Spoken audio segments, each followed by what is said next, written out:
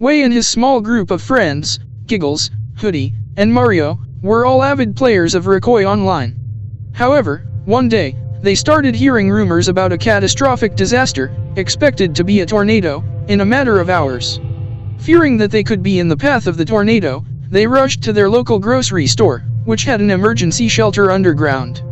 As they entered the store, they were greeted with shelves upon shelves of food and shelves of canned goods. However, the more they walked through the store, the more it felt like they were in a never-ending maze.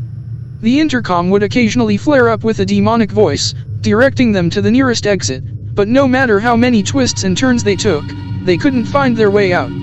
They would quickly disappear as soon as they got closer to them. As they tried to make their way out of the store, they quickly realized that something was off. The lights would flicker and then go out completely, leaving them in darkness. They heard a low growling sound coming from the distance, just out of sight, and they could feel a chill run through their bodies. It felt like they were being watched. The more they ran, the worse the situation became. The lights would turn on and off more frequently, and the creatures' growls would become louder and more aggressive. They could hear them getting closer, and they knew they had to keep moving. But there was nowhere to go. The store seemed to be an endless maze, with twists and turns at every corner. As they made their way down one of the aisles, they heard a strange, hissing sound coming from up ahead. They froze, listening intently, but they couldn't make out what it was. Suddenly, a figure appeared at the end of the aisle, blocking their path.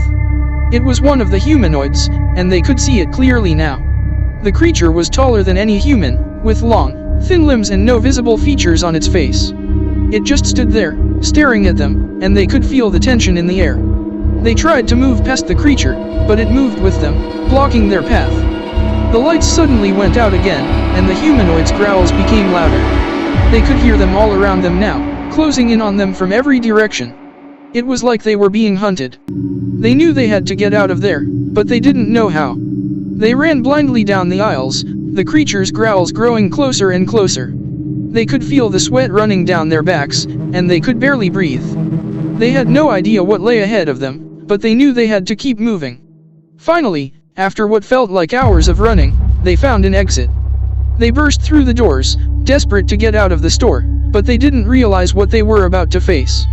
The world outside was a barren wasteland, with no signs of life in sight. They were truly alone.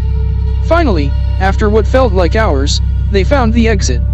They burst out of the store, only to realize that they were in the middle of a barren wasteland. There was nothing in sight, except for the occasional eerie sound of the wind blowing through the desert. They were truly alone and helpless in the unknown.